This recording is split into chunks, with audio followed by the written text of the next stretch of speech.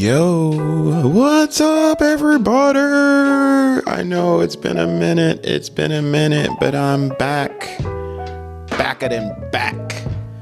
I know. I said so many things last year, didn't I? I know, I'm guilty of it all. I'm no better than anyone else. I know. I said there was going to be new episodes coming and all that good stuff. And yeah, I lied. I didn't intentionally lie, of course. Man, life be lifing. And I don't mean in a bad way. Don't get me wrong. But okay, well, how can I put this? Forgive me. You know what? Don't listen to... Boy, I'm all over the place. I have so many thoughts, so many things. I'm excited, not nervous. A lot of thoughts.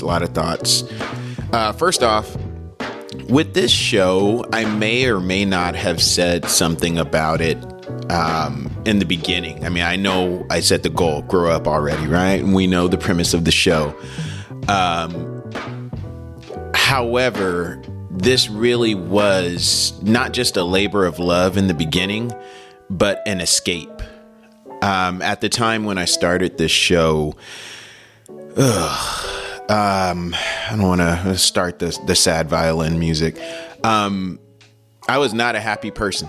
I wasn't. I'll be honest in saying that. I was not a happy person and not with life, but with my career, with what I did. That's hence Grow Up Already. The show centered around jobs and careers. I hated what I did for a living. I mean, sincerely. It was used as a punishment when I was a kid if I broke curfew to go with my dad to do this job that he did for a living, which is what I did for just about 20 years. So I never had a love for it. And this podcast, I had just got to a point where I was sick and tired of being sick and tired. And I said, I got to do something for me. I don't care if it doesn't make me money. I just want to do something, create something that makes me happy. And I know, for you, regular people that are just used to going to work that say you're not supposed to enjoy your job. You're supposed to just go make money so you can go do stuff you enjoy. I don't believe that. I used to. I did. I thought jobs were like doing chores. It's just something you have to do as a kid so you can go outside and play after. But I was shown a glimpse when I said it before, when I did commercial real estate with NAI Capital. Probably shouldn't have said the company. That was the happiest I had ever been in a career, mainly because I was around a great group of people, a team, and it was fun. It was what I was interested in. It wasn't work. And that's when I said, oh, wait a minute, people, it does exist. You can go and do things that you love. So anyway, I'm getting off tangent. My motivation for creating those new episodes was just a means of taking a break from my career and pretending, almost as sad as that sounds, to do something that I loved and just pretend that I got paid doing that. I mean, I know maybe that sounds dysfunctional or a coping mechanism, but that was really the love for the show. But then when I switched departments, and a lot of people close to me know I get to travel, and I still work, obviously. I wish I did have Anthony Bourdain's life. Well, not his life, but his lifestyle, traveling and eating. But now that I travel for work, and I work from home, I get to walk my dog. He likes it. My lifestyle is way different. More time with family, with the kids. I'm happy. I don't know how else to put it. I'm very, very happy these days, and so my motivation for the show and finding guests has changed, because what do you do when you're happy and you don't need this as an escape anymore? That's where I'm at with doing this show. I've reached out to some people to be guests on the show, and I've gotten soft no's, very soft yeses. Yeah, you all know who you are. And I just, I'm in a happy place. I just kind of said, you know what? To be honest, F it. I'm cool. I don't need to make the show, but I do enjoy doing the show. So I decided to come on and just kind of touch base with you guys, and let you know that I'm still around, still alive, all that good stuff. And it's just been a process. That's what I was going to say. It's fun to find out after all these years that you're still human. And what I mean by that is, switch positions, travel, all that good stuff. You're supposed to be, boom, instant happy. Well, some of the dirt under the rug, as far as, past with hating what I did, literally hating. I'll probably say that 50 times in this show.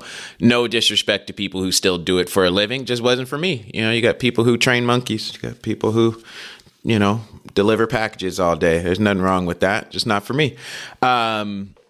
There's just little things that while I kept myself in that box of unhappiness, like people go, where do you get your drive from for working out and eating right and all that stuff? I was just used to being unhappy. And yeah, those things, they eventually make you happy, but starting out and starting a great habit, you're not happy. But it was always easy for me to do because it'd be like, well, I'm already unhappy. So I'll just apply the same logic to this working out thing or to whatever it is that I was trying to be consistent in. And I guess what I'm fighting to say, I've had to detox from my prior lifestyle with my old job. Most recently, people that know me really well know that my routine was I'd get up at 3 a.m., go run, go to the gym, come home, run out the door, commute, work all day to who knows when. And, and I would do that 5-6 days a week, 70 hours a week, 60 hours a week. Well, when you don't have to do that anymore, you would think instantly you're cured, you're healed, whatever. No, mentally, I just got to a point where I can lay down at 9:30. Yes, I still go to bed early because there's no reason to stay up late. But sleep in. I mean, sleeping in, it just, even when I say it, it's like, ugh. But sleep in, not because I believed I needed more sleep, but through doing research and, getting older and all that good stuff, you're supposed to get more sleep. And it I found myself still being stressed out like I was in my last lifestyle, career-wise, but I had no reason to be stressed out. And this is months ago. And it's been a process. It really has, to take yourself off of that hamster wheel. And hey, you don't have to go this hard anymore. You don't have to get up at 3 a.m. and run. It's 8 a.m. I just came back from a run right now, 5 miles. Like, I didn't lose anything. I got a couple of Teams meetings and my work is getting done. I don't have to go so hard because I don't have that lifestyle anymore. But ask me how fast my lightning fast mind realized that 2 months ago. And there's been other things too. It's just, you're so used to being pissed off. At least I was or am, that it's taken time to come off of that. It's funny, as I come off of it, there hasn't been a day that's gone by that, two things I remember, or that I do every morning. And I don't do this as a ritual. I know there's some people out there that aren't believers. Please don't turn me off when I say what I say. But for myself, for my testimony, which maybe I'll go into it later on at the end of the show, I thank the Lord every morning. And it's not that I got to thank him. I gotta do, I'm supposed to do this every morning. No, I'm reminded when I see the kids go to school and I'm just taking out the trash, like simple, micro things. I'm walking the dog and he looks up at me with like dog smile. People who own dogs, when your dog's smiling, and he looks up at me like, you cool? Yeah, I'm cool too. And I'm like, oh, thank the Lord. Thank you. I look at the time of day and I'm like, oh, I would have been on 285 heading to the hood to do a job or something. Not anymore. Not anymore. And the traveling and all that good stuff. I thank them every day. And then the second one, it's funny. When I was going this route, I remember my prior boss saying, they told you you're going to have to travel a little, but don't be surprised. They're going to have you traveling all the time. And I remember the little bit of a chill in my stomach of, I was not a traveling dude. I never have been. I've said it before in the show. Me and my friends only went places we could drive to. No one ever got on a plane. I got on a plane in 6th grade, and I got on a plane at the age of 25. That's it. So I wasn't a traveling guy, and it was just like, oh yeah, it does not sound attractive. I'd rather just commute. But I was so warped in the head and just trained myself to not like life. I listened to the guy, and that was supposed to be a bad thing that day in the truck when he was talking to me. And I look back on it now, I'm like, oh, once again, thank the Lord. I just got back from Boston last week. There's so many places to see in this. Sure, in the world. Yeah. But in this country, so many places to see, so many people to talk to. The accents in Boston, I have on conference calls with these people and they have those accents. They're like, it's very hot, or whatever. And I'm like, I just think of Adam Sandler jokes. I'm like, are these people serious? This is their real voice? And they are, it's cool, man. It's cool. If you can't tell, I am really happy. I still get to go to Montana, get to go to Boston. I had to go to Colorado. I did not care for Colorado. I'm sorry. There's two. I shouldn't say that. I don't know. I don't like Colorado. I'm sure there's beautiful parts of it. This is the wintertime. There was some snow, not a lot. But it's just like desert out there. And you guys know me. I don't like the desert. I don't like desolation. I don't like dirt, flat, tumbleweeds. There's people who really like the Southwest, like New Mexico, Texas, all that stuff. I'm not knocking you. I don't want to yuck your yum, but it's not my thing. I like forests, trees, mountains. People go, oh, you're over the top. No, waterfalls, all that good stuff. We have that here in Georgia, and other states have it as well. Montana had it. I won't get on a Montana rant again, but I went to Colorado. It was all right. The game I play with myself when I go to a place I don't necessarily care for is, could you live here? I've done this longer than I'd like to admit, being bored on car rides or road trips, driving. I used to have to drive to Alabama for work, and, you pass some little podunk town and it's like, could you live here? What do they have? And it'd be like, well, I see a Target. I see a gym. Well, they have a movie theater. And it's just like, oh, they have I already said Target, Walmart or whatever. And it's like, yeah, I think I could live here. That's the game I play with myself. I played it out in Colorado. It was tough in Colorado, though. I'll admit. People go, what? Not all Colorado is bad. I know it's not. I was in Pueblo, Colorado, which it's not their fault. I found out from a bartender at a place, Brews Ale House or something like that. I think that was the name of it in downtown. Funny thing, I thought it was just Palmdale, Lancaster that this happened to, or they agreed to do this, because people have to agree. The government just can't send criminals to your town against the town's wishes. No, those lazy bums that run it are the ones to agree to it because they believe it'll bring people and tax revenue into their towns. Anyway, so I'm in Pueblo, and I just had to be honest. I was like, this place is junk. And the bartender, they were, oh, where are you working? I was working in a town called Walsenburg. Walsenburg, at least today, is for Californians, or even anyone who's watched the news. When you look at Skid Row, picture those Skid Row type people, because we know in California there's different levels of homeless people. There's, there's the Santa Monica people, there's the people in the valley where it's like, oh, this dude's just kind of sketchy, whatever. And then there's downtown LA.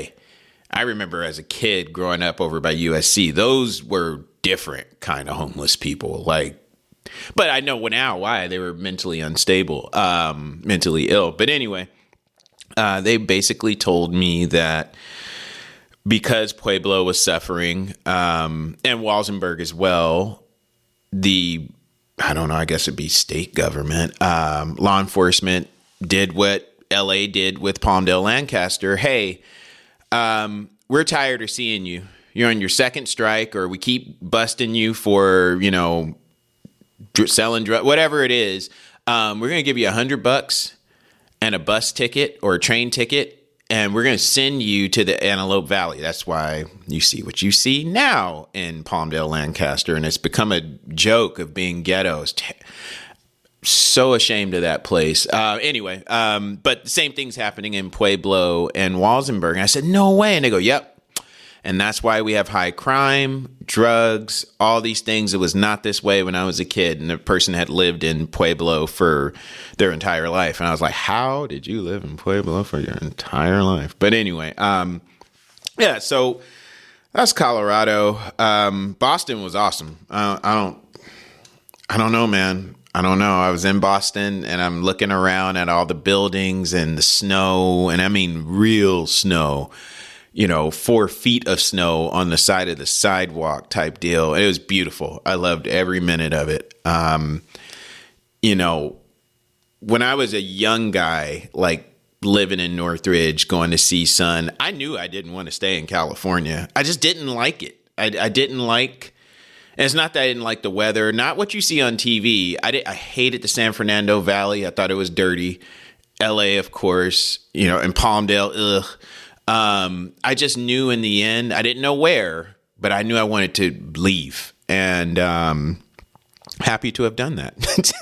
And it seems like the further east I go, the happier I am. If you show me anything that looks like Palmdale landscape wise, thumbs down every time for me. That's just because that's what I was in. Like, I won't shout out other states, but Southwest, like we drove cross country when we moved here to Georgia, and I would say from Arizona through probably until we got to Arkansas, no reason to even look out the window. It was just dirt and just land, just New Mexico, all those, just ugh. I did not, I don't know.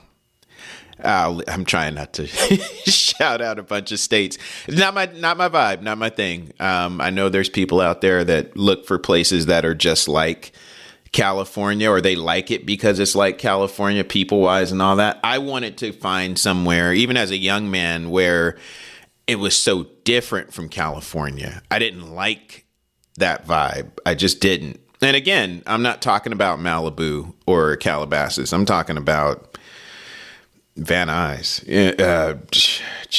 I can Silmar, all these other places, East Lancaster. But anyway, yeah. So been traveling. It's been cool. Met a lot of cool people. I like meeting people at the airport. I always say it's kind of like a fairy tale so far. Oh yeah. In the meanwhile I'm kind of jumping around. I apologize, people, but so much has happened. Yeah, I got my real estate license out here in Georgia as well. That's a whole nother story that I don't feel like going into right now. But the people that I've met in the last few months, it really feels like the building blocks of something really cool for 2026 and beyond. Real estate central, like just in business, just exchanging business cards, met a couple of lawyers, just, sitting on the plane talking. Like, these are things that, like, oh man, was not doing this a year ago, sitting in a service truck, waiting to go into a Target or something. Like, I'm never going back. Like, to say the least, never going back. I don't knock the people who do it. I just knew it wasn't for me. But I did it for 20 years. Got to keep the family fed. You do what you have to do. Put your happiness second at times. There's nothing wrong with that. There really isn't. That's the difference between, well, anyway, I won't get on a tangent. But yeah, man, that's basically what's been going on with me, this new year. I mean, the holidays were cool. Kind of routine, business as usual. I don't have little kids. It would have been fun to like play with toys. But we had a cool Christmas, and New Year's was New Year's. I'm not a big fan of New Year's. People know that are closest to me. I always say my New Year's is my birthday, where I do my assessment of, was this a good year, Keith? But yeah, New Year's was all right. Did we go to Nashville? Yeah, we went to Nashville, not for New Year's, but right around New Year's, just to go somewhere, honestly. Oh yeah, they put, in Tennessee, they put In-N-Out there. So my wife and daughter, let's go to In-N-Out. So Nashville, Tennessee is only 3 hours from me. So we just drove to go to In-N-Out and hang out on Honky Tonk Highway for the weekend. It's cool out there. It really is. I love being close to so many different places, so many different vibes over here versus California. You drive for 9 hours and you're still in California if you're heading north. You drive for 9 hours here, you're in like Philadelphia. Did Nashville. That was cool. And found myself back in Nashville last week, coming back from Boston.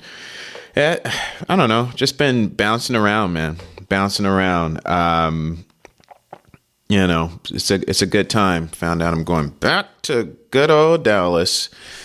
I think next week for work. I'll be there, I believe, for a week. Yay. I don't like Dallas that much. I tell people, if you've been to Van Nuys, if you've been to, I don't know. Yeah, pretty much. Van Nuys, Canoga Park, like basically San Fernando Valley. If you've been off of Roscoe and the 405, you've been to Dallas. Like I don't know. I haven't been to Dallas Cowboys Stadium. That's the one thing I haven't done. But I'm good. I'm good. It'll be just work going out there. I'm not there for the partying or the bars and all that stuff. I'm sure that's cool, but it's still in a dirty downtown setting. But anyway, can you tell I don't like Dallas? But yeah, no, this year I got a lot of things that I'm planning to do. Like I said, I got my real estate license and, put a check with a check kind of thing.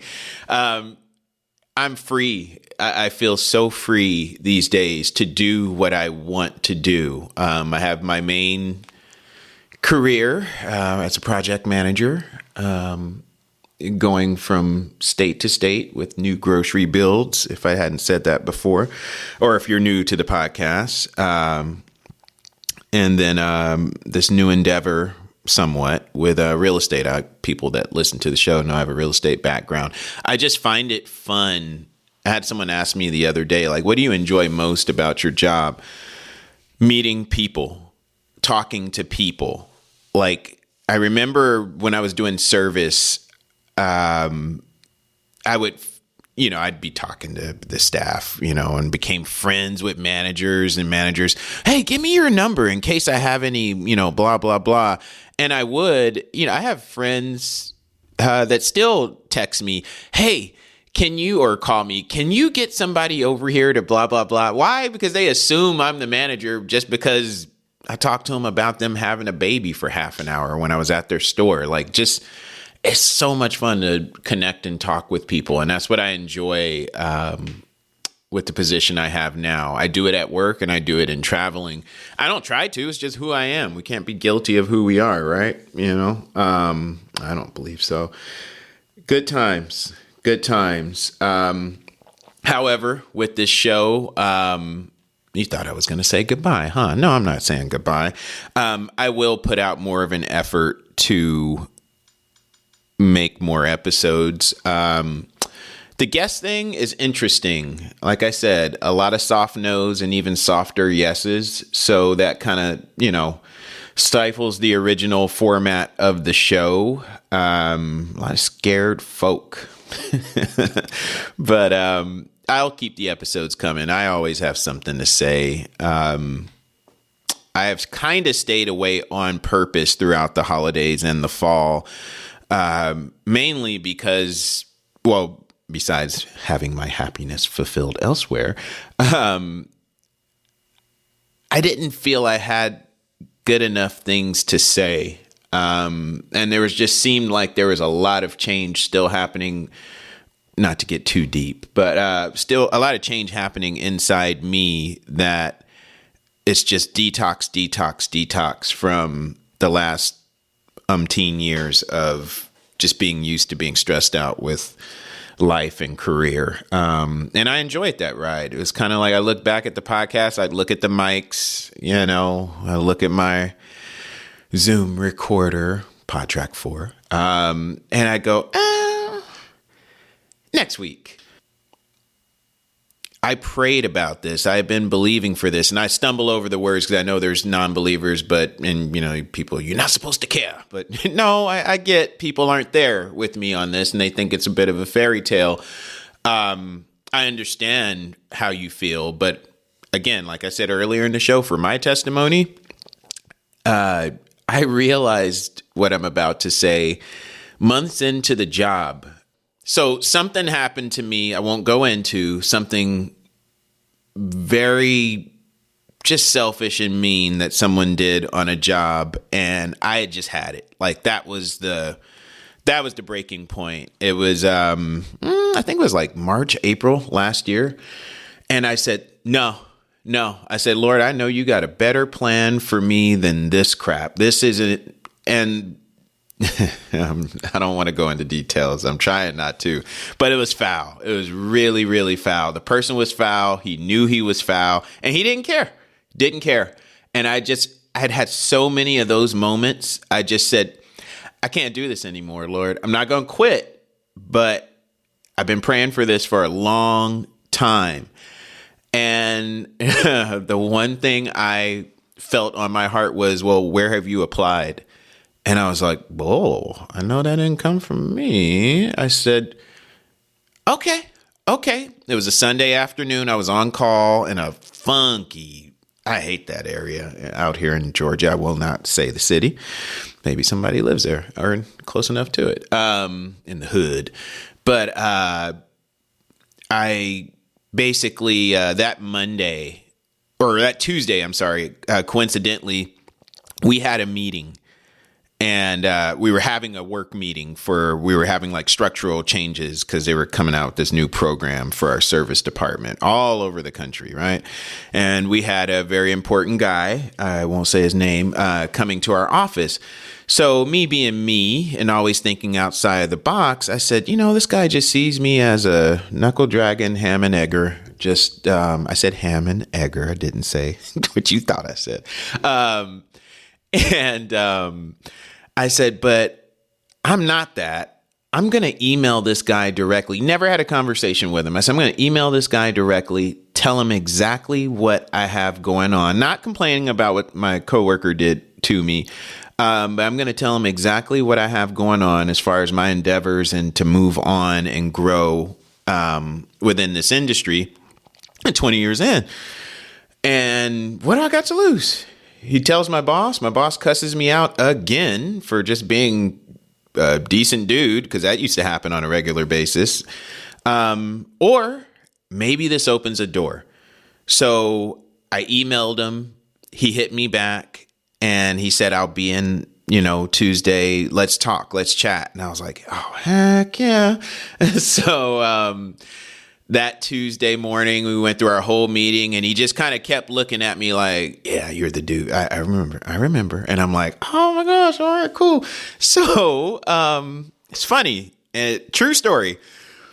So we get done with the meeting and he gives me like a strong handshake, and I'm a little taller than him, but he's looking at me. He goes, hey, what's up, man? If you really want to get out of service, I can help you out. Yeah, no, definitely. And I was like, oh, I said, I'm trying not to look for Joe Jackson, Ike Turner, my prior boss, like who would like, what, you trying to leave? Whatever. Like, just, he's a jerk. I'm trying not to say it loud enough where he hears, or his henchmen, because we had some, every company has the teacher's pets. They would hear and bring it back to him. So I'm trying to talk low, like the movie Casino. I'm like talking without moving my mouth. And I was like, yes, what do you see me doing? And he goes, well, give me a call. I'll be back in Florida tomorrow. Give me a call and let's chat, and everything, with schedule, I'll call you Friday. I go, okay, cool. We talked that Friday afternoon. He goes, I see you as a project manager. And I was like, okay, cool. And project manager, for those who have some knowledge of what that is, that title wears a lot of hats. So it can mean a lot of things in a lot of places, which is why you really have to kind of interview for those positions. Because, there's project managers that still pull tools out. There's project managers who just look at plans and point at things and say, go do it, and everything in between. So he just very vague Friday. I was actually disappointed with the conversation because he's like, yeah, man, just apply for a project manager. I'm looking right now. There's project manager, blah, blah, blah, blah, blah. Yeah, just apply for that one. And, we'll get you in there. And I'm like, what? Like, I don't even know. And there's that still small voice on the inside that just said, you haven't applied anywhere. And I was like, again, what do I have to lose? I emailed this guy. So I just went ahead and applied. And I got the years behind me and all that good stuff. A little degree as well. So yeah, why not? What do I got to lose? I applied, met a cool lady, the recruiter. And we go through the whole process. Like, she ended up being like a real estate agent for me. We went through 3 different project management positions within the company. One was decent, one was vague, one was terrible. And the one I'm in now sounded pretty cool. And my boss is super cool, my current boss. And I was like, okay, cool. So then, how it is with corporate, okay, we have to formally have you sign your offer online and blah, blah, blah, blah, blah. And we go through all that. And I go, hey, thank you. This is weeks later. Now we're in like beginning of May, like right around my birthday. And I'm almost in tears when it was going on. No joke. Like, because I knew how bad I wanted to get the out of service department. Oh my God. All right. Stay on task, Keith. I told her, I said, you have no idea. I said, life-changing. I said, I thank you so much from the bottom of my heart. And I said, and I got to give, and I almost said his name right now. I got to give so-and-so a call and thank him too. And she goes, who? And I said, so-and-so, my blah, blah, blah, blah, blah, regional, da, da, da. And she goes, I never spoke to a blah, blah, blah. And I said, what? I said, no, you had to, because he told me he was going to make some phone calls and get me connected to you. And I applied that same day. She goes, Keith, I'll be honest with you. You just applied for the position. I looked at your resume and that's my job. I just saw what you were fit for and we just interviewed until we got one. She goes, I never met that person. I never got an email or a phone call. And well, I didn't say it. I felt it again on my heart. I got you. I got your back, man. I got your back. You don't need that guy to get the job. Now, I mean, I would have never sent that email had I not already been praying for these things to come to pass. So it's not like the guy is, null and void. No hard feelings, cool dude. She goes, yeah, no, you got this all on your own. I know I got this from, it always starts the same way. It's what I choose to put my hand, when I choose to put my hand to something whilst staying in faith believing for this thing, that's when the change happens. It doesn't happen from me just praying for the same thing over and over again. I didn't mean to really go into a religious testimony right now, but with me, with the happiness I have with this position, I know there's other people out there, and that is kind of the backbone of this show, Grow Up Already. Like, what did you want to do when you were a kid? What do you do now? And what's your story in between?